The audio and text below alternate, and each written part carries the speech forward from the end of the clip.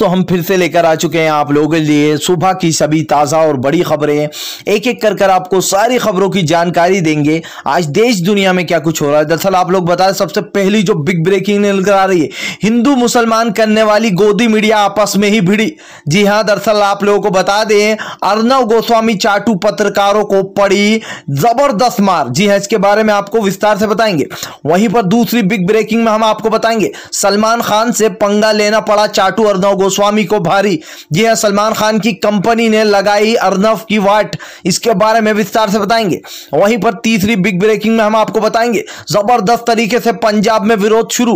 जी हां, 3 दिन के लिए रोकी गई ट्रेन, सब कुछ बंद, इसके बारे में भी आपको विस्तार से बताएंगे। वहीं पर अगली बिग ब्रेकिंग में हम आपको बताएंगे, रजत शर्मा ने की हदें पार। जी हां, किसानों को बता रहा है लड़ाकू। जी हां, रजत शर्मा जो कि सबसे बड़ा चाटू में गिना जाता है अब, इसके बारे में भी आपको विस्तार से बताएंगे।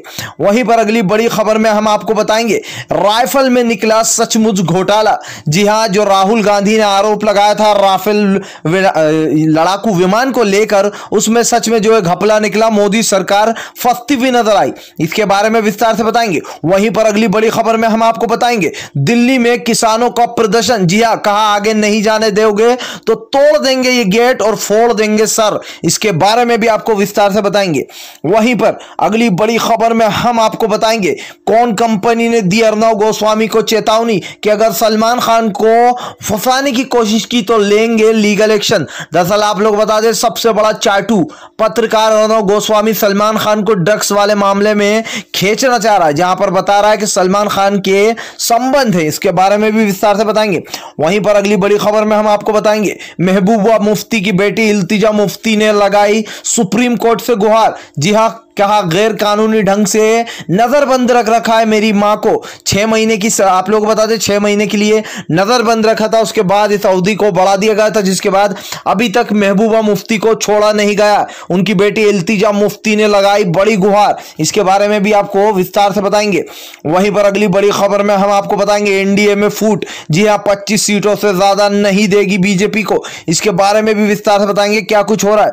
वहीं पर अगली बड़ी खबर में हम आपको बताएंगे, एक बार फिर से भड़के असदुद्दीन ओवैसी। जी हां, कहा आज देश का किसान परेशान हो रहा है, हिंदू मुसलमान के पूर्व जोध में मुसलमानों को खींचा जा रहा है। दरअसल आप लोग बता दें, रिया चक्रवर्ती के केस में अब सभी मुसलमान एक्टरों को खींचा जा रहा है, चाहे वो शाहरुख हो या फिर सलमान, इसके बारे में भी आपको विस्तार से बताएंगे। वहीं पर अगली बड़ी खबर में हम आपको बताएंगे, सांसद में होने जाएगा फिर से एक बार हंगामा।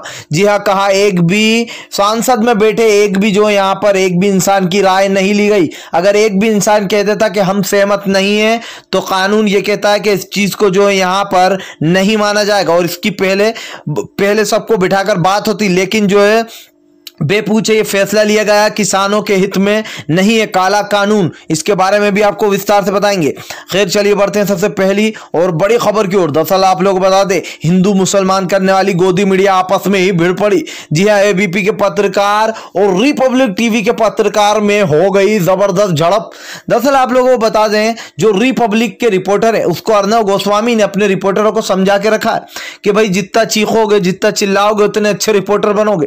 भाई वो कहा था ना, शिवसेना के जो लोग थे, जो उद्धव ठाकरे ने जो कहा था कि ये भांग खाकर, चरस खाकर, जो अस्तीने चढ़ाकर, चिल्ला चिल्लाकर अपनी पत्रकारिता बताता है, ये खुद ही ड्रग्स लेता है। ठीक है, ये कहना था अर्नव गोस्वामी के बारे में जो है यहाँ पर उद्धव ठाकरे साहब का। ठीक है, अब सबसे बड़ी बात यह आ जाती है कि ये समझता है पत्रकारिता चिल्लाने को कहते हैं, अस्तीने चढ़ाकर लोगों की बेइज्जती कहना, इसको पत्रकारिता कहते हैं। इसको सोशल मीडिया पर एक जोकर के नाम से जाना जाता है। पत्रकारों में इसकी गिनती होती नहीं है, क्योंकि ये अपने मामलों में लोगों को चिल्ला चिल्लाकर बताता है कि मैं बहुत बड़ा पत्रकार हूं। बस यही बात जो है आज दूसरे जो पत्रकार थे, दूसरी टीवियों को है, उनको पड़ गई भारी। जी हां, दरअसल रिपब्लिक टीवी का एक पत्रकार बोलता है, सभी पत्रकार एक स्टोरी जो है वो कवर करने पहुंचे थे, जहां पर ये बोलता हुआ नजर आता है इनकी टीम का पत्रकार कि तुम सारे पत्रकार तो चाय कम पानी हो, जिसके बाद पत्रकार भिड़क गए। जी हां, और उन्होंने अर्नव गोस्वामी के इस पत्रकार की जमकर कर डाली पिटाई। जी हाँ, आप लोगों को बता दें ये सबको समझाता है कि भाई जितना चीखोगे उतने अच्छे पत्रकार बनोगे। खैर चलिए बढ़ते हैं एक और अगली बिग ब्रेकिंग की तरफ। बता दें अगली जो बड़ी खबर निकल कर आ रही, सलमान खान को ड्रग्स केस में खींचना पड़ गया इस चाटू अर्नव गोस्वामी को भारी। जी हाँ, दरअसल आप लोगों को बता दें कौन कंपनी ने यह आरोप लगाया कि सलमान खान से हमारे कोई भी लिंकअप नहीं है और सलमान खान को ड्रग्स केस में ना खींचा जाए। दरअसल आप लोगों को बता दें गोदी मीडिया का सबसे चाटू पत्रकार अर्नव गोस्वामी सलमान खान को भी ड्रग्स केस में खींचे जा रहा है। अच्छा, इसका न्यूज चैनल चल किस न्यूजों पर रहा है? एक तो इसने सुशांत सिंह राजपूत को पकड़ रखा है, दूसरा अगर इसको मुसलमानों का कोई मुद्दा मिल जाता है, तबलीगी जमात या इस टाइप का, तो ये उन दो मुद्दों को पकड़ के बैठा है। सुशांत सिंह की मौत हुई, उसकी हत्या हुई, इसने उसको ये करा, तो भैया तू कहां का पत्रकार है? अगर तेरे पास सबूत हो तो पेश कर दे, या फिर तू लोगों को सलमान खान को खींच ले अपने केस में, या फिर शाहरुख खान को, और शायद चिल्ला के ये सोचता है कि मैं बहुत बड़ा पत्रकार हूं, चिल्लाने से मेरे लोग बात ज्यादा समझेंगे। तो यहीं पर सलमान खान की जो कंपनी उन्होंने वार्न किया है कि अगर अर्नव गोस्वामी नहीं रुका तो इसके खिलाफ लीगल एक्शन लिया जाएगा। खैर चलिए बढ़ते हैं एक और अगली बिग ब्रेकिंग की तरफ। बता दें अगली जो बड़ी खबर आ रही, देश भर में मोदी का विरोध। जी हाँ, 2024 में क्या जनता अभी ही उखाड़ के फेंकना चाहती है मोदी सरकार को। दरअसल आप लोगों को बता दें 3 दिन के लिए पूरी तरीके से ट्रेन बंद कर दी गई है। जी हाँ, और पंजाब में इसका विरोध शुरू हुआ था, अब पंजाब से यह विरोध दिल्ली तक पहुंच गया। आप लोगों को बता दें दिल्ली में कुछ लोग जो किसान थे बहुत सारे, वो दिल्ली की ओर बढ़ रहे थे।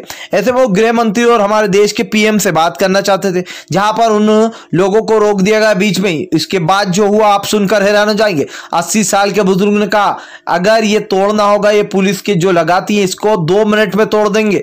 जी हाँ, और तुम्हारा सर भी फोड़ देंगे, आगे जाकर रहेंगे। मोदी को गुजरात से हम यहां पर लेकर आए थे और अब हम ही उसे जो यहां पर दिल्ली से वापस गुजरात भेजेंगे। यानी कि जबरदस्त तरीके से विरोध चल रहा है मोदी का। पूरे देश में काला कानून लाया जा रहा है, चाहे वो एनआरसी हो, CAA हो, या फिर जो है देश के किसान के लिए यह काला कानून। खैर चलिए बढ़ते हैं एक और अगली बिग ब्रेकिंग की तरफ। बता दें अगली जो बड़ी खबर निकल कर आ रही है, असदुद्दीन ओवैसी ने निकाली भड़ास। कहा पहले चल रहा था हिंदू मुस्लिम एनआरसी CAA, अब किसानों की सांसें दबाना चाह रही है मोदी सरकार। जी हां, सनी देओल जैसे लोग जिनको लोग अच्छा मानते थे आज वो भी बीजेपी के तलवे चाटने में लगे। दरअसल आप लोग बता जबरदस्त तरीके से विरोध चल रहा है और इसके चलते असदुद्दीन ओवैसी ने हमला बोला। कहा पहले देश की जनता को एनआरसी और CAA जैसे कानून लाकर परेशान किया, उससे पहले नोटबंदी की गई थी जब हजारों लोगों की जान चली गई। इसमें असदुद्दीन ओवैसी ने कहा कि बीजेपी को देश के बारे में बिल्कुल भी नहीं पड़ी, अगर उसको देश की पड़ी होती तो आज देश की जनता इस हालात पे नहीं होती। जी हां, संसद में जो फैसला लिया गया वो गैर असंवैधानिक, आप लोगों को बता दें गैर कानूनी फैसला लिया गया है, संविधान के खिलाफ है। किसी एक भी सदन में बैठे हुए इंसान से पूछा नहीं गई उसकी राय, बिना पूछे यह फैसला पहले से ही तय था और थोप दिया गया किसानों के ऊपर। बड़े बड़े उद्योगपतियों को और भी अमीर बनाया जा रहा है, मुकेश अंबानी जैसे, और लोगों ने साफ साफ कह दिया कि पीएम मोदी को पद से हट जाना चाहिए, मुकेश अंबानी जैसे लोगों को बैठाना चाहिए अब पीएम के पद पर। खैर चलिए बढ़ते हैं अगली बिग ब्रेकिंग की तरफ। बता दें अगली जो बड़ी खबर निकल कर आ रही है, रजत शर्मा चाटू पत्रकार, ये मोदी का सबसे बड़ा भक्त है। इसको कुछ दिन पहले तक लोग काफी अच्छा समझते थे, लेकिन इसने जिस तरीके से अपनी गिराई है इज्जत, अब ये चाटू पत्रकारों में सबसे ऊपर आता है। अर्नव गोस्वामी के बाद इसी का नंबर है। जी हाँ, रजत शर्मा ये लिखते हैं भाई साहब कि सदन में जो भी हंगामा हुआ ये सब लड़ाकू लोग हैं, ये सब लोग जो है यहाँ पर नफरत फैला रहा है। तो भाई जब ये सदन में जब ये फैसला लिया गया किसानों के विरुद्ध, तब एक भी इंसान से पूछा गया कि उसकी राय क्या है, किसान ये फैसला चाहता है या नहीं। बिना सोचे समझे फैसला थोप दिया गया CAA और एनआरसी की तरह, ठीक है। और रजत शर्मा जो कि मुसलमानों को लगातार बदनाम कर रहा था तबलीगी जमात को लेकर, फिर इसने थूक कर चाटा भी था कि जो लोग भी कोरोना में अपना खून दे रहे हैं मुसलमान, वो काफी अच्छा काम कर रहा है। इसने एक बार कहा था कि मुंबई के आसपास जो भी भीड़ लगी थी वो सब मुसलमानों ने मदरसे के पास लगी थी और मुसलमानों की सोची समझी चाल थी, वो जो लॉकडाउन के बीच में आपने देखा था जो भीड़ उमड़ी थी। अब इस रजत शर्मा की पोल खुल गई जब इनने किसानों को बोला कि ये लड़ाकू हैं ये लोग और जो लड़ाई फैला रहा है। पीएम मोदी ने इन 10 सालों सालों में काफी कुछ किया, इन 6 सालों में 7 सालों में। तो भाई यहाँ पर 7 सालों में पीएम मोदी ने क्या किया वो देश की जनता देख ही रही है। जिस तरीके से नोट बदले गए, एनआरसी सीएए लाया गया है, लॉकडाउन के बीच में हजारों लाखों लोग मारे गए जिनका डेटा सरकार के पास है नहीं। तो रजत शर्मा को पहले एक बार आईने में अपना चेहरा जाके देखना चाहिए कि वो मोदी का प्रवक्ता है या फिर वो एक पत्रकार है।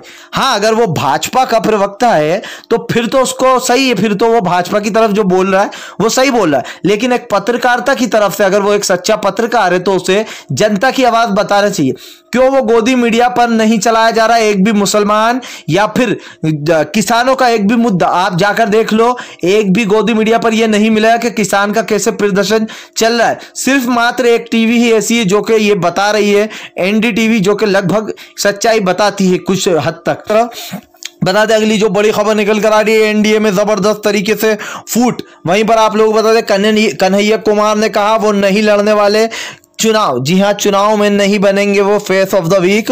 ऐसे में जबरदस्त तरीके से कन्हैया ने बताया कि वो चुनाव नहीं लड़ रहा है और तेजस्विनी की पार्टी में भी नहीं जा रहा है। दरअसल काफी दिनों से अटकलें लग रहे थे कि यह कन्हैया कुमार पार्टी में आने वाले, तेजस्विनी की और गठबंधन की काफी अच्छी सरकार बनने वाली। ऐसे में उन्होंने कहा कि हम साथ जरूर हैं लेकिन हम जो यहाँ पर नहीं लड़ने वाले चुनाव। वहीं पर आप लोगों को बता दें चिराग पासवान जो है अलग लड़ने की सोच रहे हैं। जी हाँ, चिराग पासवान को बड़ा झटका लग चुका है। दरअसल आप लोग बता दें यहाँ पर जबरदस्त तरीके से एक के बाद एक हंगामे हो रहा है एनडीए में। जी हाँ, और फूट मचती हुई नजर आ रही है। खैर चलिए हम बढ़ते हैं एक और अगली बिग ब्रेकिंग की तरफ। बता दें अगली जो बड़ी खबर निकल कर आ रही है, महबूबा मुफ्ती की बेटी इल्तिजा मुफ्ती ने बोला पीएम पर अपना हमला। कहा हिंदू मुसलमान से फुर्सत नहीं है, बीजेपी की सरकार को मेरी मां को गैर संवैधानिक तरीके से रोका गया। दरअसल आप लोग बता दें महबूबा मुफ्ती जब कश्मीर में 370 हटाया गया था जम्मू और कश्मीर में, तब महबूबा मुफ्ती को नजरबंद कर लिया गया था 6 महीने के लिए। उसके बाद ये अवधि और बढ़ा दी गई थी। अब जो यहाँ पर गैर कानूनी ढंग से महबूबा मुफ्ती को काफी दिनों से रोक सकता है, कह सकते हैं 1 साल से भी ज्यादा होने वाला है लगभग इस मामले को। अब महबूबा मुफ्ती की जो बेटी है इल्तिजा मुफ्ती, उन्होंने यह गुहार लगाई सुप्रीम कोर्ट से कि मेरी मां को जो यहाँ पर गैर कानूनी तरीके से अंदर रखा गया है, इतना किसी को भी घर कहीं पर भी रखा नहीं जा सकता, ये हमारे संविधान के खिलाफ है। जी हाँ, पहले हमने ये कभी नहीं देखा कि लोगों ने आवाज उठाई। जब कांग्रेस की सरकार थी सभी लोग आवाज उठाते थे, सभी लोगों ने अपनी अपनी आवाज उठाई। जब दिग्विजय सिंह की साहब की कह सकते हैं पार्टी थी, तब उन्होंने जो लोगों को आवाजें भी उठाने दी, काले झंडे भी दिखाए गए उनके ऊपर, तब भी उन्होंने ऐसे जो यहाँ पर रिएक्शन नहीं दिया। लेकिन आजकल लोगों की आवाज दबाई जा रही है। अगर कोई सच्चाई के खिलाफ जाता है तो मोदी सरकार उसके ऊपर जो यहाँ पर एनएसए जैसा कानून लाकर उसको अंदर डाल दिया जाता है या फिर नजरबंद कर दिया जाता है। तो ऐसे में कहना गलत नहीं होगा कि मोदी सरकार की सारी नीतियां लोगों के सामने आ चुकी हैं। जी हाँ, देश की जनता में गुस्सा भरा पड़ा। देश की जनता मोदी को 2024 में क्या अभी उठाकर फेंक देना चाहती है। अगर ये जनता के हाथ में होता तो वो जनता कब की उठाकर मोदी को फेंक देती। खैर चलिए बढ़ते हैं एक और अगली बिग ब्रेकिंग की तरफ। बता दें अगली जो बड़ी खबर निकल कर आ रही है, एक बार फिर से उठा राफेल वाला मामला। जी हाँ, राहुल गांधी ने जो इल्जाम लगाया था वो सही साबित हुआ। ऐसे में बीजेपी के अंधभक्त भड़क रहा है। दरअसल आप लोग बता दें राहुल गांधी ने कहा कि हमने जो दावा किया था वो सच है। आज भी मोदी सरकार से इस बारे में कभी पूछो तो मोदी सरकार उसका जवाब नहीं देती है। और ये देखा भी गया है कि यहाँ पर जिस तरीके से जो कुछ हो रहा है वो सबके सामने, यानी कि किसी से कुछ छुपा नहीं है। और जहां पर देखने को यह मिल रहा है कि भाई यहां पर जो बीजेपी की सरकार है वो लगातार एक के बाद एक बड़े घोटाले कर रही है और इन चीजों से बचती हुई नजर आ रही है। खैर चलिए बढ़ते हैं हम एक और अगली बिग ब्रेकिंग की तरफ। बता दें अगली जो बड़ी खबर निकल कर आ रही है, एक बार फिर से भड़का किसान। जी हाँ, कहा मोदी को 2024 में क्या अभी उठा के फेंकना चाहते हैं। दरअसल आप लोग बता दें कांग्रेस ने जो है यहाँ पर जगह जगह मुहिम शुरू कर दी है किसानों के लिए। ऐसे में जो विपक्षी पार्टियां हैं वो भी मोदी सरकार पर हमला बोलती हुई नजर आ रही हैं। उनका कहना है कि ये काला कानून है किसानों के लिए।